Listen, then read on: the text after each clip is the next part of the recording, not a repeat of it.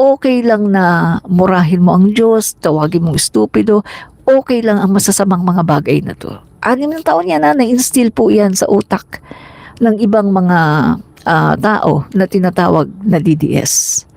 So eto po ngayon mga kaibigan, nung nabago na po ang presidente, naging presidente po ay Marcos na.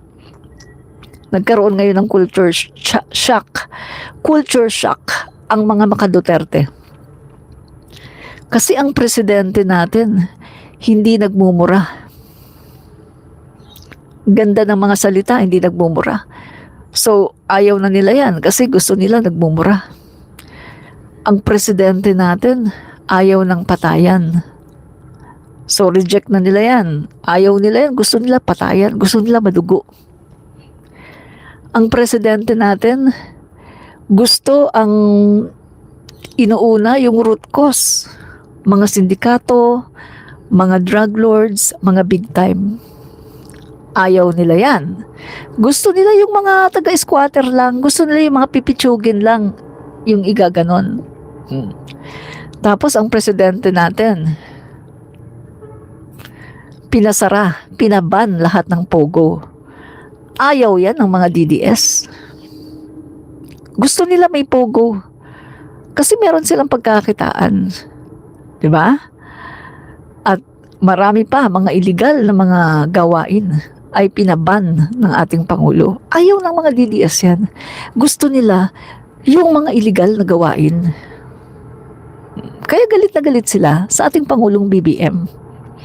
Kasi yung Pangulo natin is straight, mabait na tao, mabuting tao, maka-Diyos, maka-Pilipino. At nung sinabi ng ating Pangulo, walang mawawala sa atin, not even a square inch of our territory, hindi natin isusuko ang ating soberanya, ayaw yan ng mga DDS. Kasi para sa kanila, hindi sa atin ang West Philippine Sea. Kaya lahat ng ginawa ng ating Pangulo ni-reject ng mga DDS kasi 6 na taon na-instill sa utak nila eh. Yung mga sinasabi ni Digong, mga mali na sinasabi ni Digong, na-instill sa utak nila at siya ang kanilang pinaniwalaan. Kaya nung si Pangulong Marcos na, ayaw nila, merong rejection, ayaw nila kay PBBM kasi hindi nagmumura, hindi pumapatay ng tao. Ayaw nila ng maka-Diyos. Ayaw nila ng makabansa, ayaw nila ng makapilipino, ayaw nila ng Pangulo na ang inuuna ay ang bayan at ayaw nila na ang Pangulo ay napakadesente. Ni-reject nila lahat yan. Ayaw din nila na sinasara ang pogo. So lahat ng mga kabutihan na ginawa ng Pangulo natin Bongbong Marcos, ayaw ng mga DDS. Kasi ang gusto ng mga DDS, masamang Pangulo.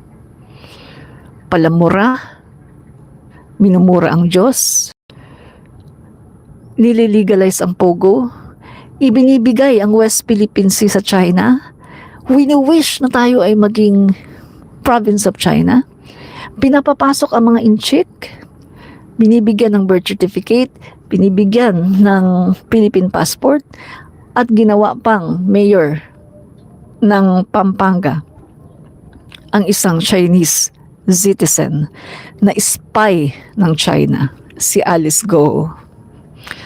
So ngayon yan ang hinahanap ng mga DDS. Lahat ng mga kasamaan ni Digong ng 6 na taon, yan ngayon ang kanilang hinahanap.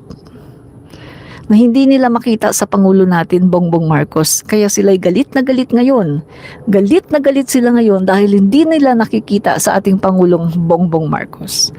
Ayaw nila ng mabuting Pangulo. Ang gusto nila, isang Pangulo na dadalhin sila sa impyerno. Yan yun mga kaibigan, no? Gusto nitong mga DDS na to, ang isang Pangulo na dadalhin sila sa impyerno. Yan ang wish ng mga DDS, no? So, mga kaibigan tingnan natin, mag-focus tayo sa data, no? Ito mga kaibigan, ito na. Tingnan ko nga kung nandito ba sa aking Okay.